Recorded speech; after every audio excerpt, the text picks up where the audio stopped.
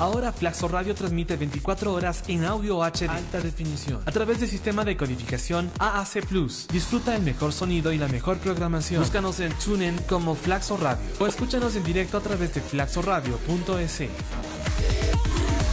Flaxo Radio, amplificando ideas. De todos los países de América Latina, Ecuador es la única que tiene una experiencia de radio.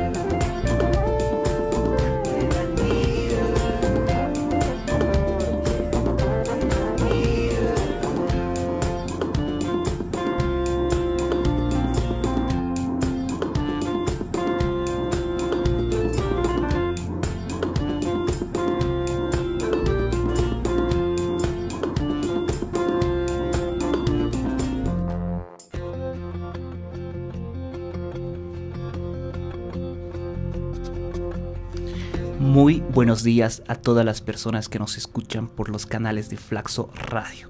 Un saludo especial a toda la gente de Ecuador que nos mira desde Quito, a toda la gente en Bolivia ya presente y a todas las personas del resto de Latinoamérica. En esta oportunidad volvemos con una nueva edición del programa Flaxo Especiales. Estamos en esta oportunidad hablando de un tema bastante importante como es la decisión del Tribunal Constitucional Plurinacional de Bolivia de aceptar un fallo en el cual se le permite al presidente Evo Morales poder repostularse nuevamente a la selección, de cara a las elecciones presidenciales del 2019. En este escenario han acaecido una serie de hechos, por ejemplo, vinculados con la vulneración de este sistema del Estado de Derecho como tal, pero también lo que es las repercusiones que esto puede tener para la institucionalidad boliviana, pero también pensando de cara, digamos, a fortalecer lo que es el sistema democrático como tal. Para poder aclarar todos estos elementos nos acompaña el profesor investigador de la ciudad de Cochabamba, George Comadina. George Comadina, ¿estás ahí? ¿Cómo estás? Buenos días, buenas tardes. Sí, ¿qué tal? Buenas tardes. Un gran saludo a toda la audiencia de Radio Flaxo Ecuador. Muy bien.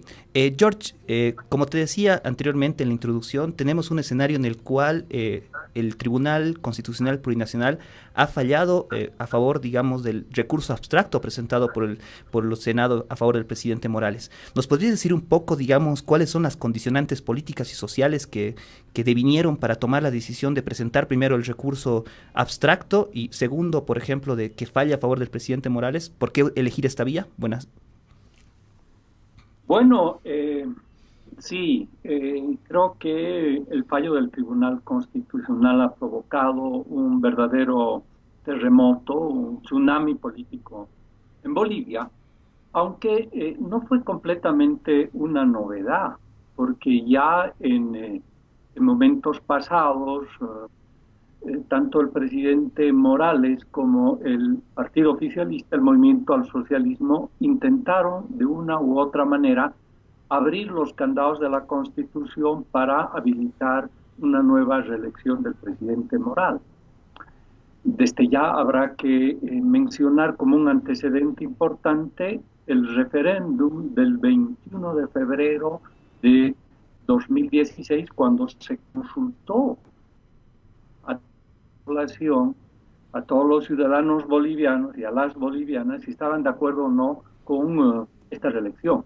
Y ganó por mayoría absoluta la posición de decir no a una nueva reelección. Este es uno de los antecedentes. Entonces, de una u otra manera, el partido oficialista ha buscado senderos, caminos, mecanismos para poder habilitar nuevamente la candidatura del presidente Morales. George, una pregunta, pero lo que me parece, digamos, un poco fuerte en el caso boliviano es por qué apostar por la continuidad de Evo Morales, por ejemplo, y no plantear la continuidad del movimiento socialismo como partido hegemónico, citando, por ejemplo, lo que pasó aquí en Ecuador con el presidente Correa, que se dio, por ejemplo, a Moreno la tutela, digamos, del Poder Ejecutivo. Bueno, tu pregunta es clave, ¿no? Este asunto tiene efectivamente una dimensión jurídica que la podemos ver un poquito con mayor precisión después, pero sobre todo tiene una explicación política. Es por ahí que debemos entrar. Y yo estimo que hay dos consideraciones para poder explicar esto. En primer lugar, el liderazgo potente que tiene el presidente Evo Morales, ¿no? Que es a la vez la fortaleza y la debilidad del movimiento al socialismo. Es su fortaleza porque Evo Morales ha logrado unificar un campo político. Es una persona que ha suturado de alguna manera a muchas organizaciones sociales de base campesina, indígena, pero también a organizaciones urbanas, de obreros, de gremialistas, en un campo político y en un proyecto de poder. Entonces, Evo Morales está en el centro de ese campo político. Todo pasa por él, es imprescindible. Él ha logrado articular en una plataforma común un conjunto diverso de estrategias y de demandas sociales. Entonces, es imprescindible. Pero este liderazgo tan potente es también la debilidad, porque la Constitución o las leyes aprobadas por el propio Estado plurinacional impiden la reelección indefinida del presidente Morales, entonces se vuelve un obstáculo muy grande. George, entonces, sí, en ese sentido, perdón que te corte, yo vi algunos estudios tuyos, investigaciones, que hablas, por ejemplo, que el segundo gobierno de Evo Morales, por ejemplo, ha habido una acumulación tal de poder, por ejemplo, que ha inhibido las formas de negociación, por ejemplo, con otros grupos sociales, y por tanto se concentra el poder. Pero aquí me entra una pregunta. Pero ¿cuál es el papel, por ejemplo, que cumplen las organizaciones miembros del gobierno, por ejemplo, como los sindicatos cocaleros, por ejemplo, los mineros en cierta medida, digamos, para ser ellos realmente los que demuestran y plantean esta demanda, digamos, al Tribunal Constitucional? Es más, el gobierno y el presidente argumentan que el fallo es una respuesta a la movilización del pueblo. Entonces, si se está concentrando el poder, ¿por qué el papel, digamos, de estos actores, digamos, sociales, por ejemplo, para poder plantear estos recursos? Estas organizaciones sociales efectivamente muy potentes, con grandes capacidades de movilización, pero también con una gran capacidad de voto, de decisión electoral, han perdido completamente su autonomía política y están completamente subordinados a la estrategia política de los partidos. Carecen de autonomía y están de alguna manera actuando bajo un diseño estratégico que favorece la reproducción del poder. Por lo tanto, se han convertido en espacios muy instrumentales de la legitimación del poder.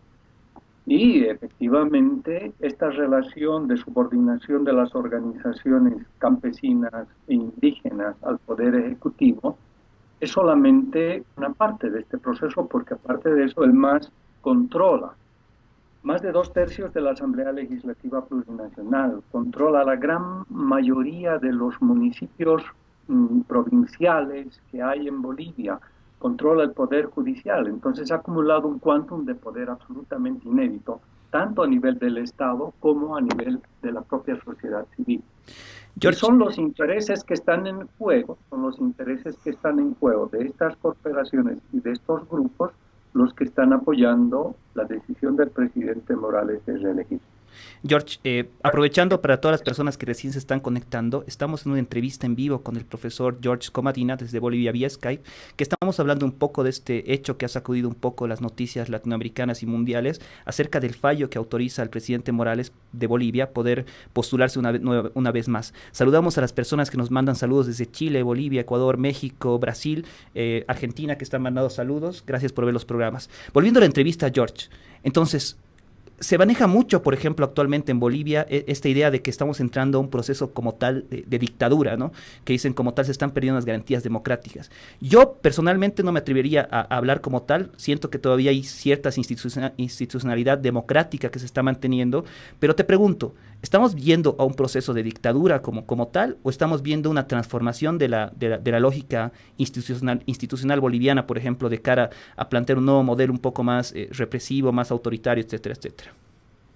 Exactamente. Yo creo que aquí no funcionan las categorías de dictadura, de un golpe de Estado, la ausencia de los militares en el gobierno, la desdice o la fórmula del fascismo, ¿no? Yo creo que estas expresiones no son correctas. Estamos ante un proceso nuevo, ante un proceso que tiene características singulares, ¿no?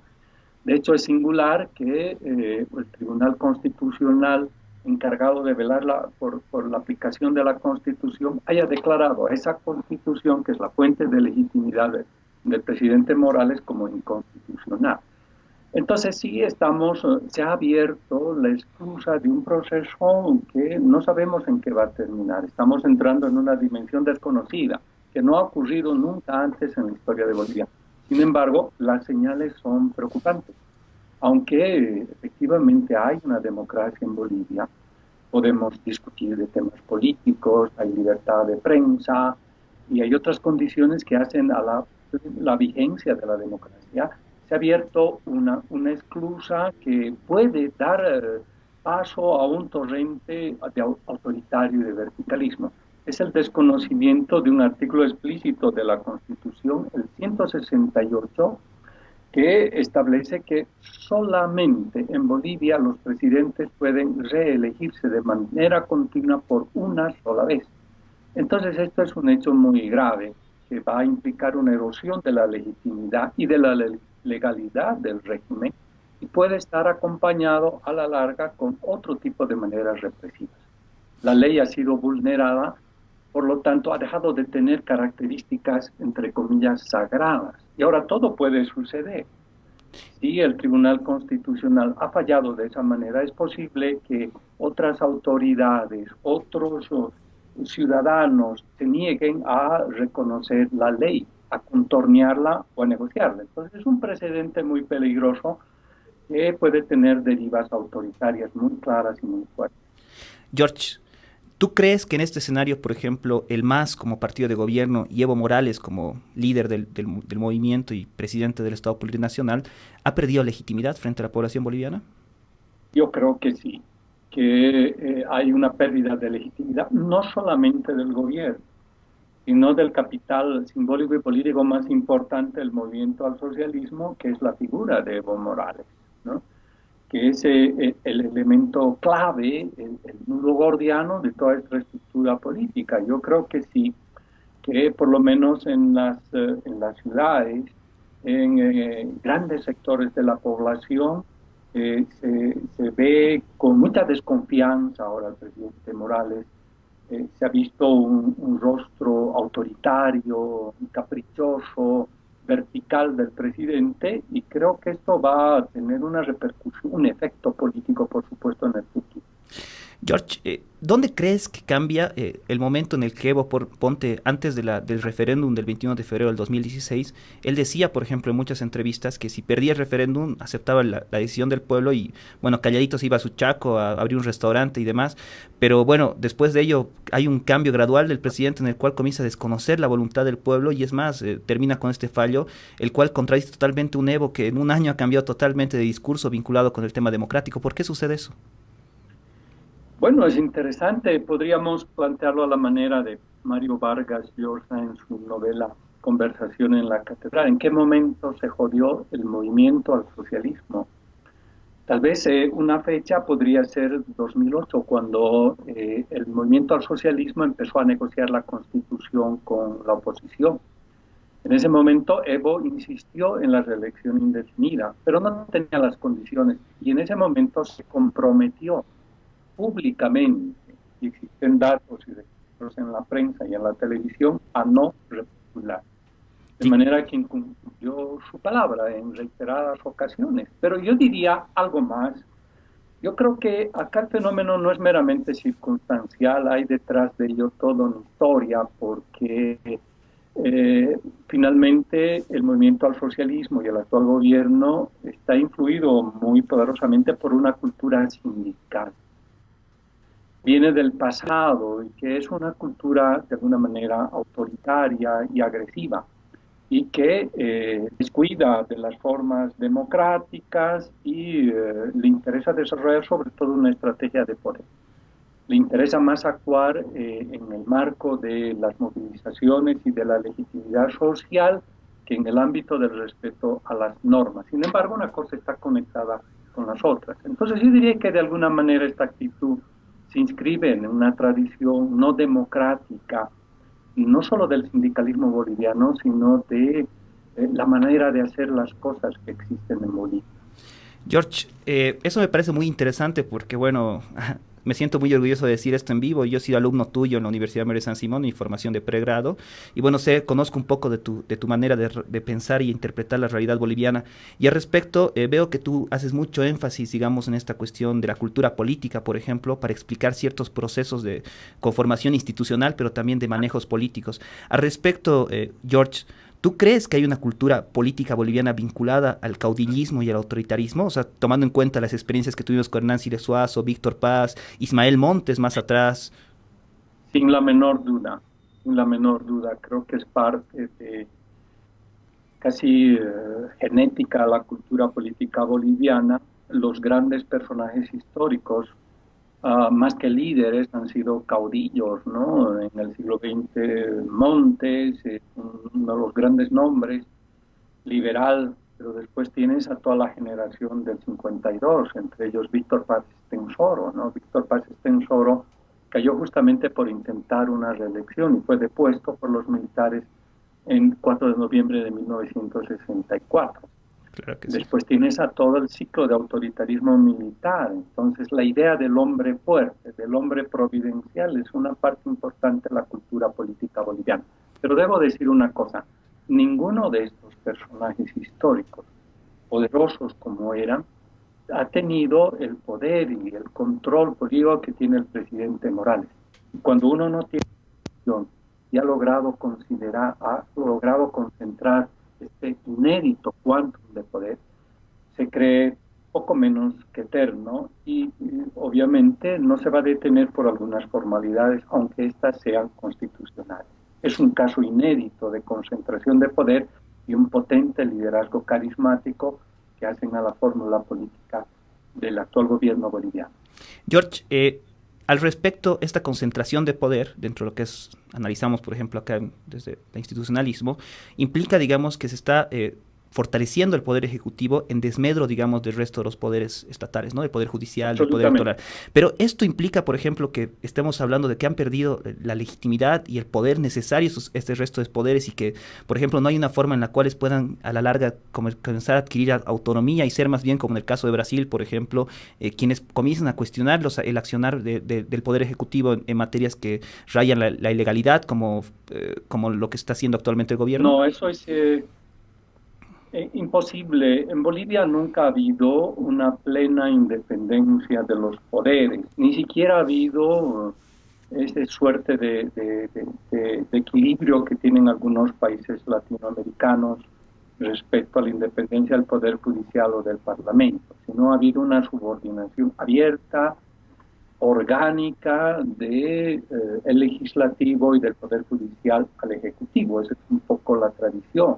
Y ya ni hablar de toda la tradición anglosajona de independencia de los poderes y de contrapoderes, en realidad, que tratan de buscar un equilibrio. No, aquí en Bolivia el poder se ejerce desde el Ejecutivo y desde este centro se inunda o se influye a los otros niveles del Estado boliviano, de tal manera que el Poder Judicial, desde mi punto de vista, o el Legislativo, son casi cajas de resonancia, de legitimación y que avalan y legitiman las decisiones ya tomadas por el Poder Ejecutivo. Y además de estas articulaciones con el Estado de subordinación, el movimiento al socialismo ha construido una poderosa articulación con estas organizaciones sociales, es decir, no solamente su poder está en el Estado, sino está también en la relación entre este Estado y la sociedad. Entonces, tiene poder en las calles y en las cámaras, por así decirlo. Y eso, George, me parece muy importante, porque recordemos, por ejemplo, que hubo una convocatoria por parte de la oposición y movimientos ciudadanos críticos al gobierno en contra de lo que era la presentación de este recurso abstracto de inconstitucionalidad. Y una de las cosas, por ejemplo, que decían, bueno, este grupo que representan los movimientos sociales, entre comillas, diría yo, de que no llegaban ni siquiera a 100 personas, ¿no? Es decir, como que no había una cantidad de movilización tal, y compararon justamente lo que fue después la movilización a favor de la repostulación del presidente Morales, ¿no? Convocada por los sindicatos cocaleros, convocada por federaciones de gremiales, etcétera, etcétera, etcétera. ¿Tú crees que esta lógica, por ejemplo, que también vi algunos comentarios de algunos masistas de corazón que decían, por ejemplo, que el voto nulo no va a existir como tal y que va a ser un rodillo en las elecciones judiciales, repercuta de cara a las elecciones judiciales todo este proceso, el fallo y demás cosas, no sé, de ver tal vez un 80% de votos?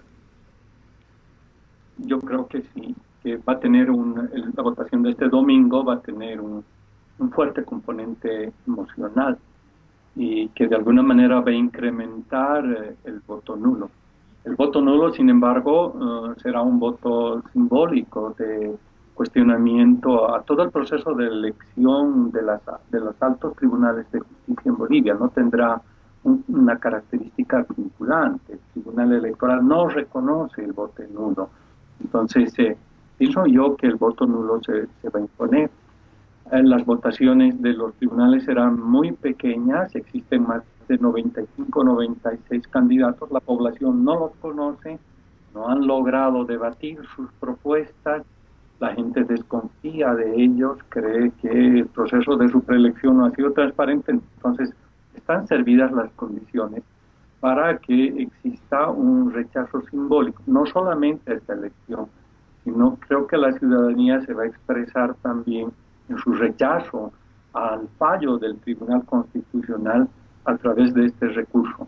Pero tienes razón en otra cosa, y es que la oposición, los ciudadanos están completamente desconcertados. Debemos decir que parte de este gran poder radica también en la neutralización y la dispersión de la oposición política, ¿no? O sea, la oposición no logra reunir a gente, no logra unificar una estrategia, no logra construir una alternativa de poder al movimiento al socialismo. Y esta dispersión, obviamente, es uno de los elementos que más beneficia la consolidación del poder del movimiento al socialismo. George, a propósito de este tema, por ejemplo, los líderes de oposición como Carlos Mesa, como Rubén Costas, otras personas más, dijeron que van a buscar establecer un partido único o una alternativa única de cara a las elecciones presidenciales del 2019 para hacer frente a Morales. ¿Tú crees que sea posible que la oposición logre establecer un proyecto único?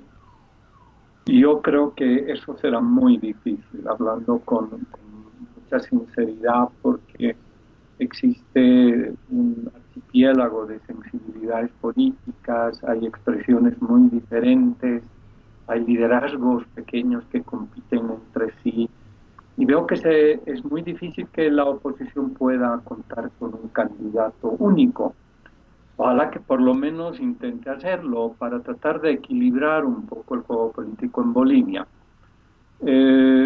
Sin embargo, creo que, y esta es una de las paradojas del proceso político boliviano, si tuviéramos una elección presidencial, es muy probable que nuevamente el presidente Morales la vaya a ganar.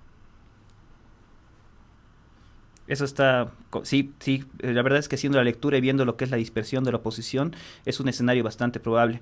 Y hablando en materia internacional, George, y un poco adelantando para concluir la entrevista, actualmente en Ecuador el presidente Lenín Moreno, por ejemplo, está comenzando a cuestionar con la convocatoria en referéndum lo que es el tema de reelección.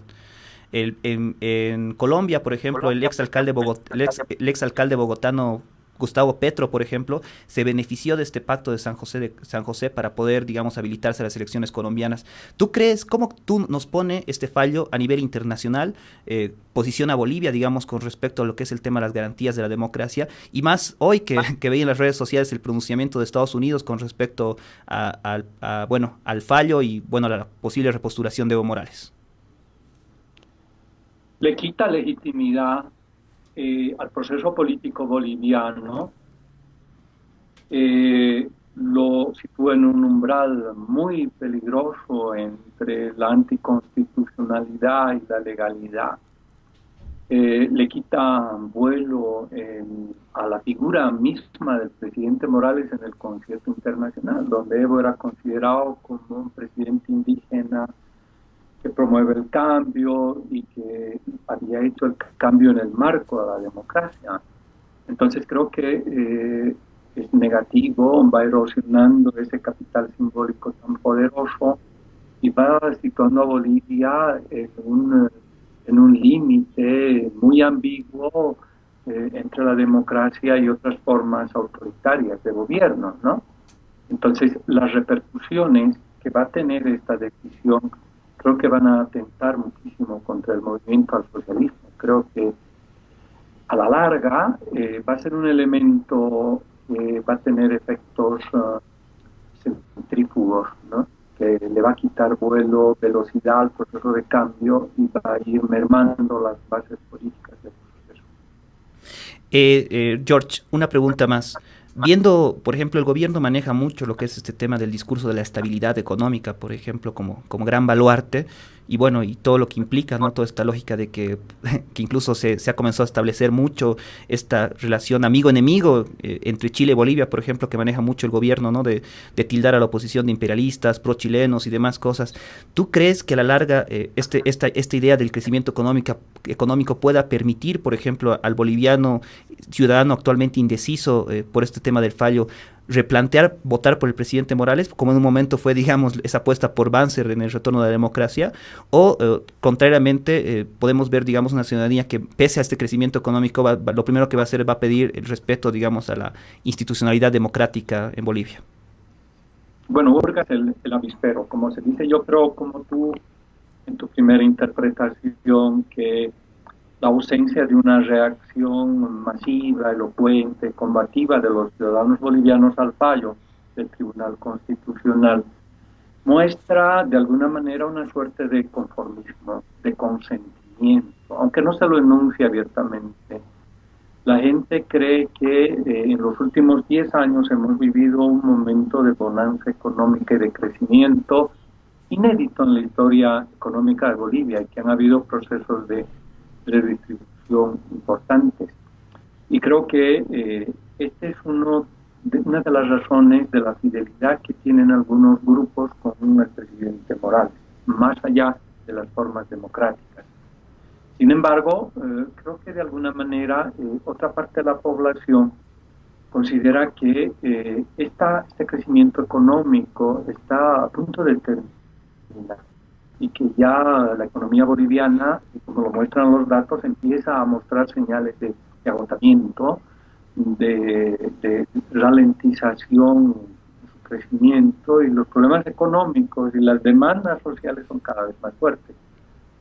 De manera que en los últimos años podemos tener una combinación de poca legitimidad política y de un decrecimiento económico paulatino, y ahí estarán creadas las condiciones para un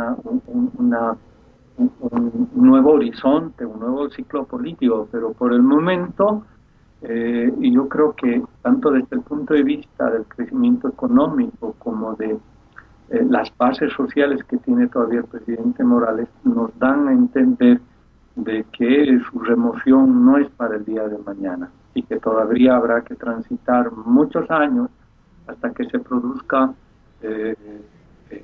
una otra opción política que venga desde la oposición con un nuevo programa para poder sustituir al presidente Morales. Yo decía hace algunos años atrás que los próximos líderes de la oposición están todavía estudiando en el colegio.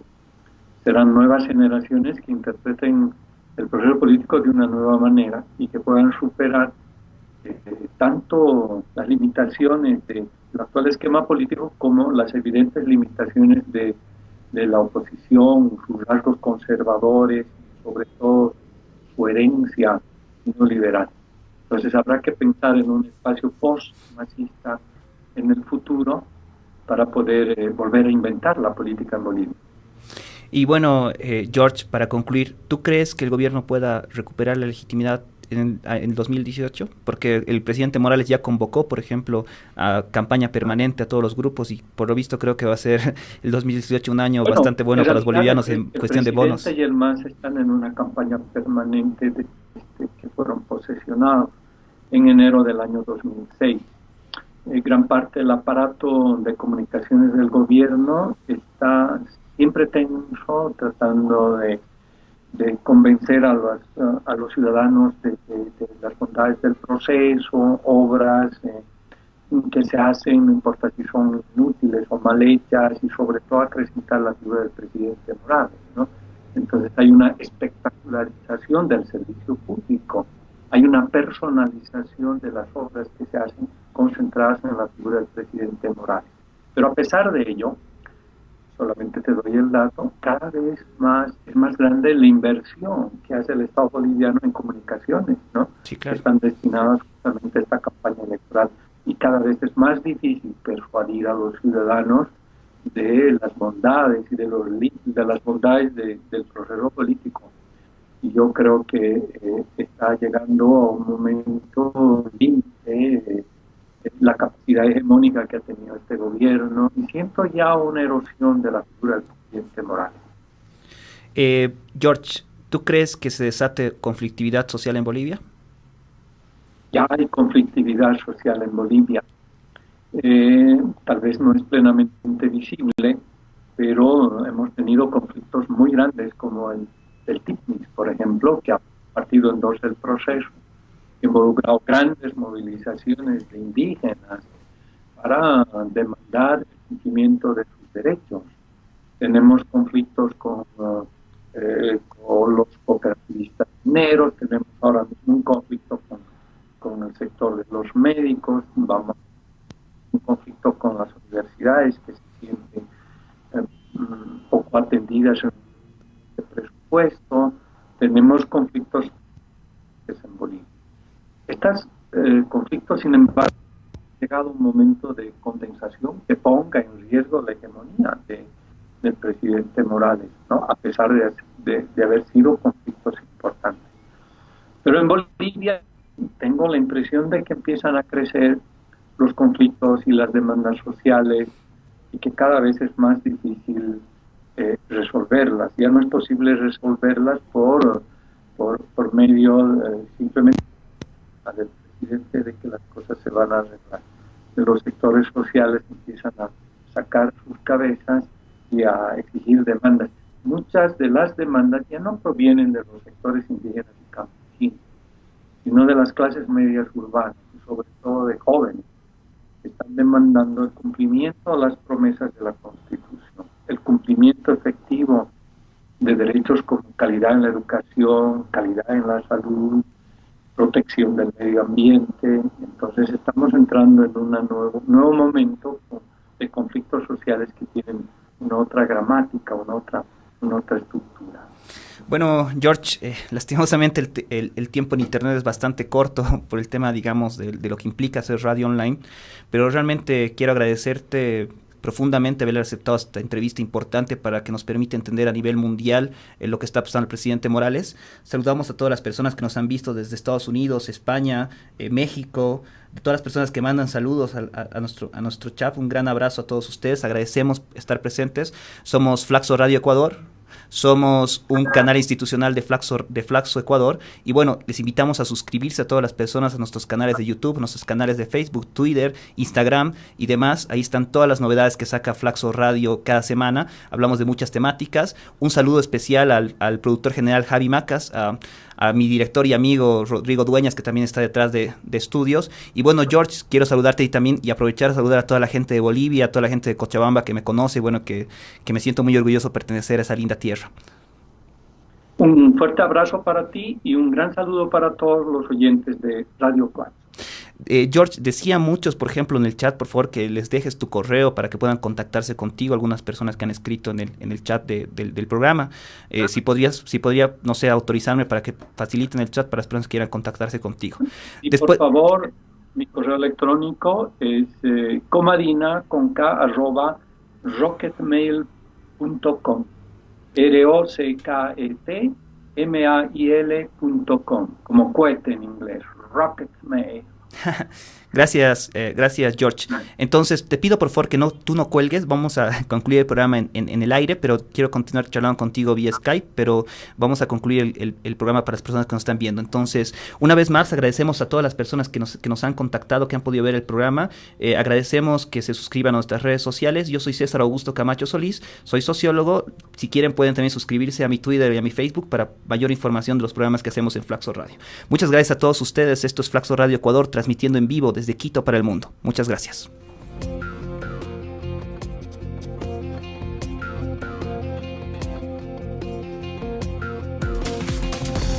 Ahora Flaxo Radio transmite 24 horas en audio HD alta definición a través del sistema de codificación AAC+. Disfruta el mejor sonido y la mejor programación. Búscanos en TuneIn como Flaxo Radio o escúchanos en directo a través de flaxoradio.es. Flaxo Radio, amplificando ideas.